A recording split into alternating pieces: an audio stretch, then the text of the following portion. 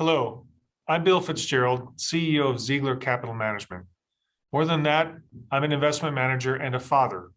So when I consider the future, particularly beyond my lifetime, I actively engage in doing what I can with what I have to secure a sustainable future for generations to come. To that end, we've created a freestanding YouTube channel, Thick Sustainable Infrastructure Finance, as a quick and accessible tool to facilitate education and discussion about our common global environmental challenges and our specific efforts to rise to the ultimate environmental challenge. Thoughtful consideration over decades has led us to focus on financing thick, sustainable infrastructure.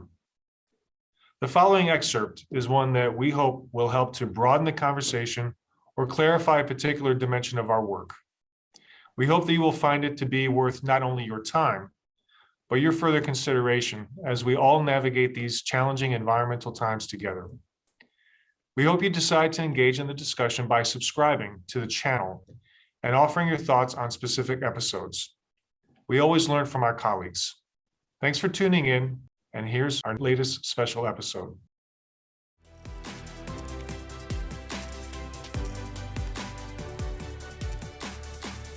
Welcome to Thick Sustainable Infrastructure Finance. I'm your host, Karen Kuby.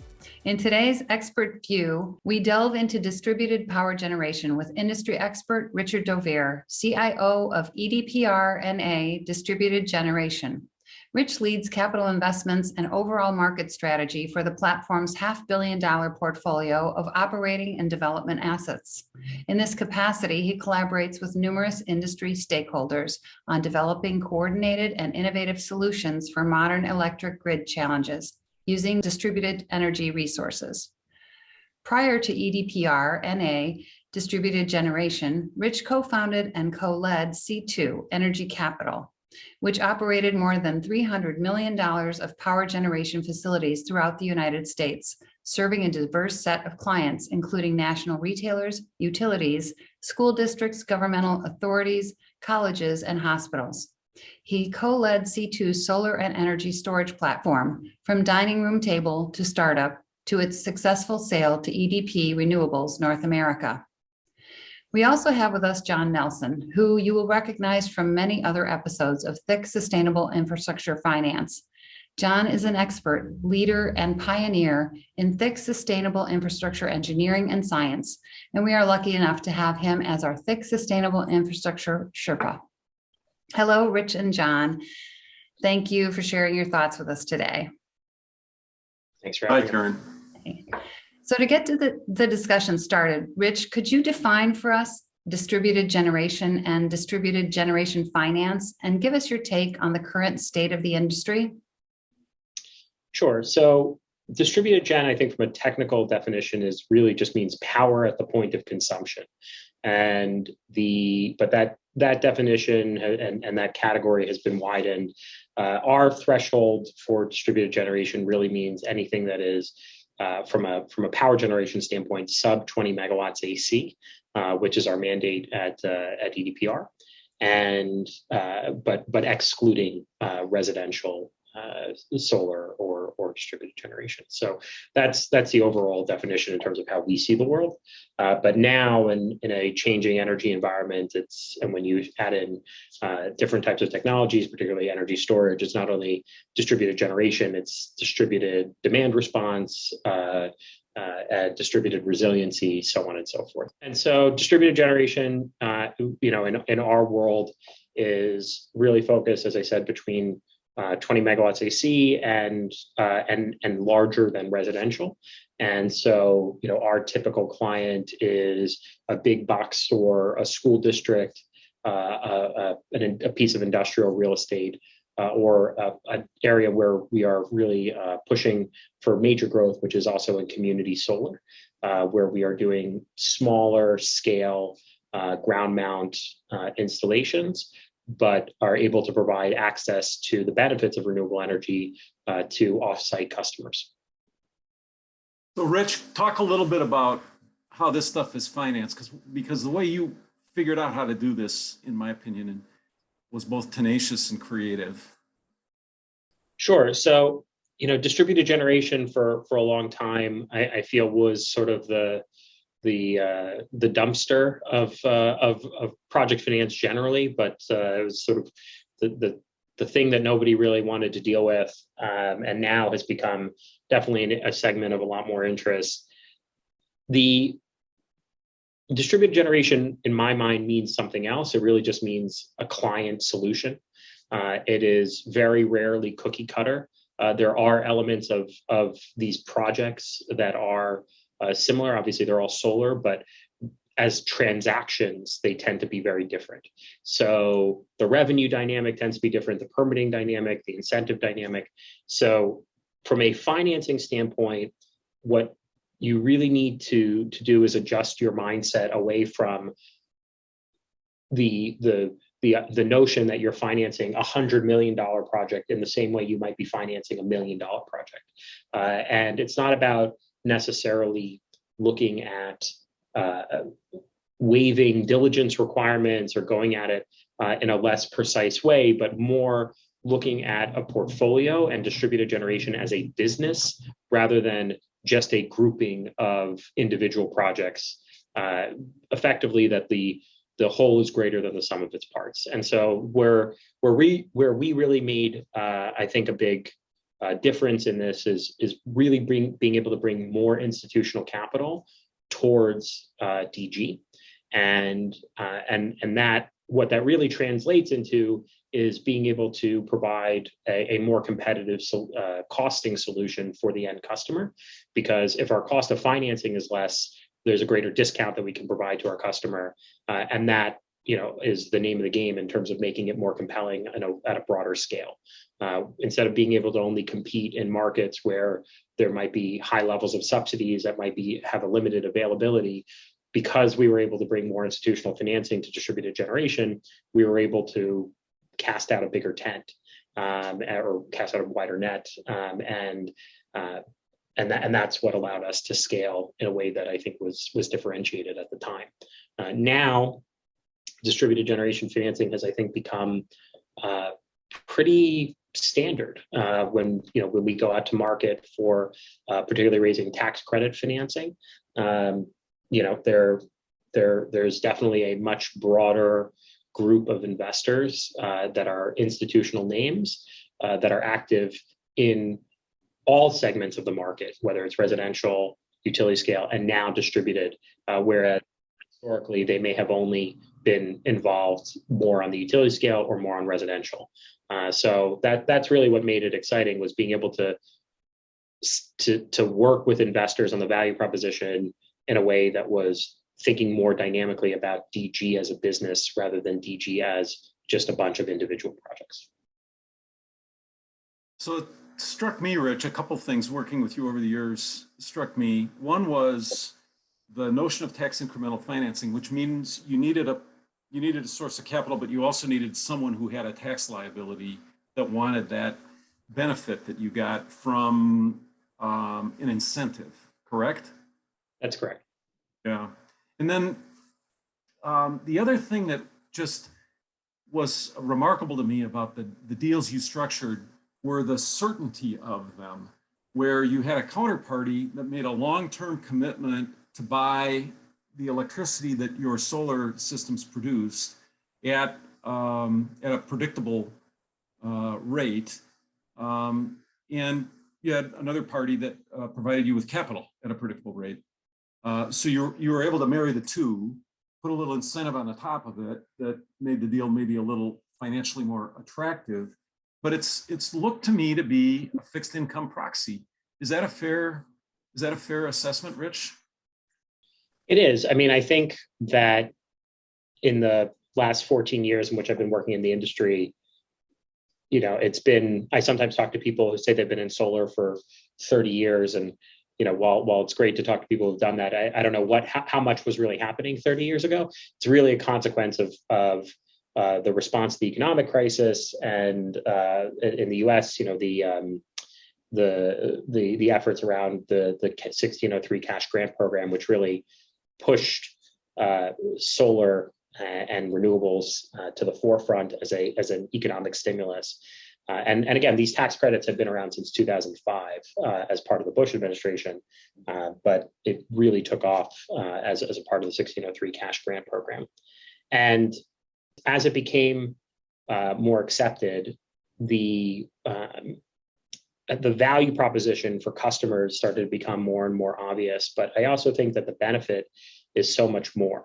To a certain extent, it's a matter of, okay, well, I can, my energy cost is 10 cents a kilowatt hour. I can sign a power purchase agreement for the solar portion at 9 cents a kilowatt hour. So I have my 10% savings. But I think as a value proposition, customers started to see more and more about what that meant for predictability in their business. When we would sign an agreement, we would sign it. We don't have variable fuel costs in our projects. Our fuel is the sun, so we're not subject to those market fluctuations. And customers started to see this not only as a way of just saving a little bit of money, or in some cases a lot of money, but really as a way of being able to create a level of predictability on their side of the fence. And when you're talking about a school district, that can mean extra teachers. That can mean the ability to invest in other facilities.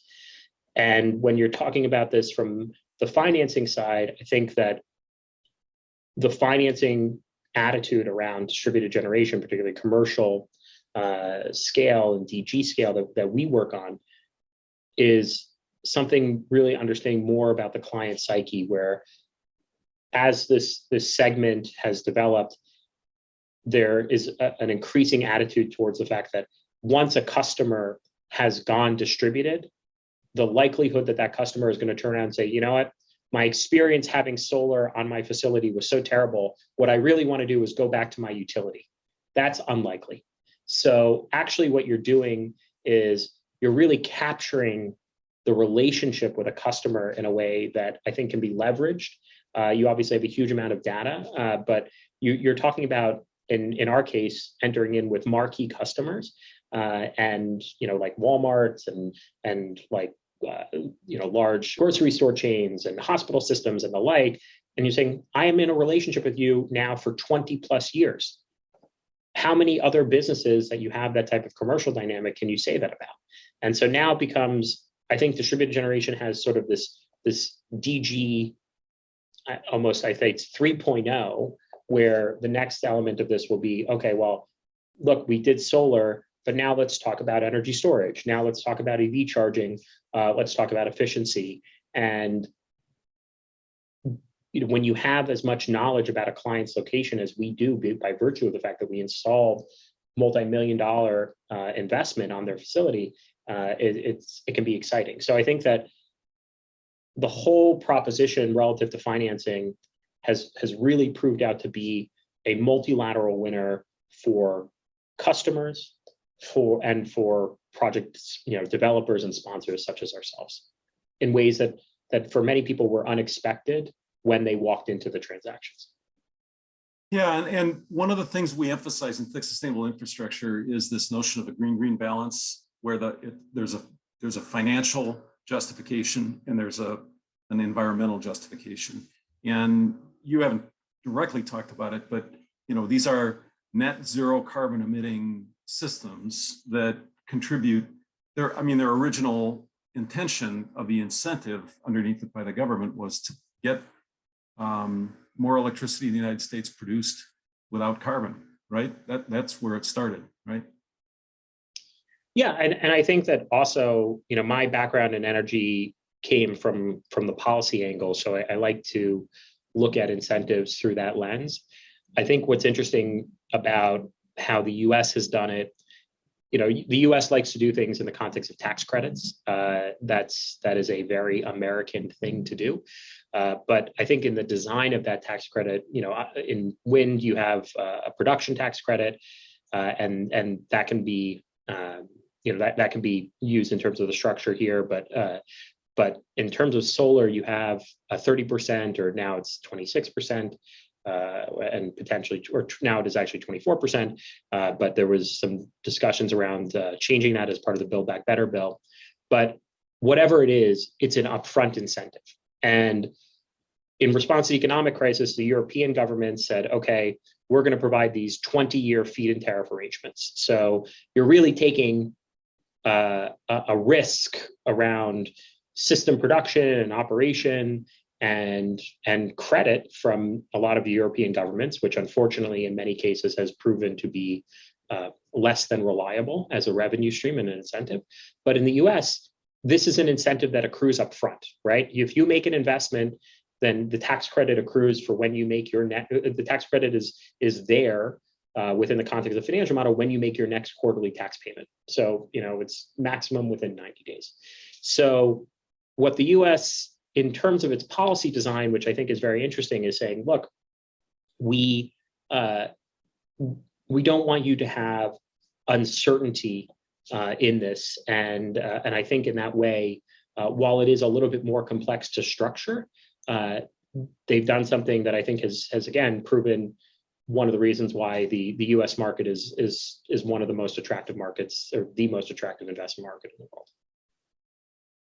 Yeah, and maybe wrapping this first one up, it strikes me that we have gone down separate paths. You've gone down a path of this kind of financing. We at ZCM are now investing in municipal and more recently corporate bonds around fixed sustainable infrastructure. In my opinion, they're both fixed income products or pretty close to it because of the certainty associated on both sides of the transaction. It's just one's more liquid than the other. So our product, if for some reason someone held our product and they elected to do something else with that capital, they could do that in a day. And the things that you're doing are tied up for an extended period of time. I think you mentioned 20 years, right? So it's just kind of, I think what happens here on the finance side is you get a green benefit and you get paid a liquidity premium in a real pretty cool way in comparison to an ordinary conventional go out, sell a bond and do a project. Yeah, I think, look, I mean, the market has gotten comparatively more liquid, but it absolutely just isn't there because these are private transactions, right? There's an equity type of dynamic. I think where I in our conversations about, from the bond side and what CCM is doing, I mean, all that we can hope for is that we're just helping increase those coverage ratios by helping municipalities save more money by virtue of entering into a PPA with us or leasing us their land so that for their landfill that we can build a project. So I think that for us, the number one credit underwriting threshold is this going to save the customer money based off of our projections? And we will not underwrite deals if even if the customer says I want to go green so much, but I'll overpay for it. Those are not the deals that we're comfortable investing in. But I think that by virtue of the incentives that are out there and now a market that has increasingly competitive cost of capital on the equity side as well, we can help add a lot of value, and that can mean lowering debt burdens for municipalities or schools, or allowing schools to make capital investments because without having to take on more debt, and again it's or invest in more personnel or the like, but we really view it as just adding value to everybody, including bond shareholders from the pure environmental side of it, as well as the financial metric side of it as well.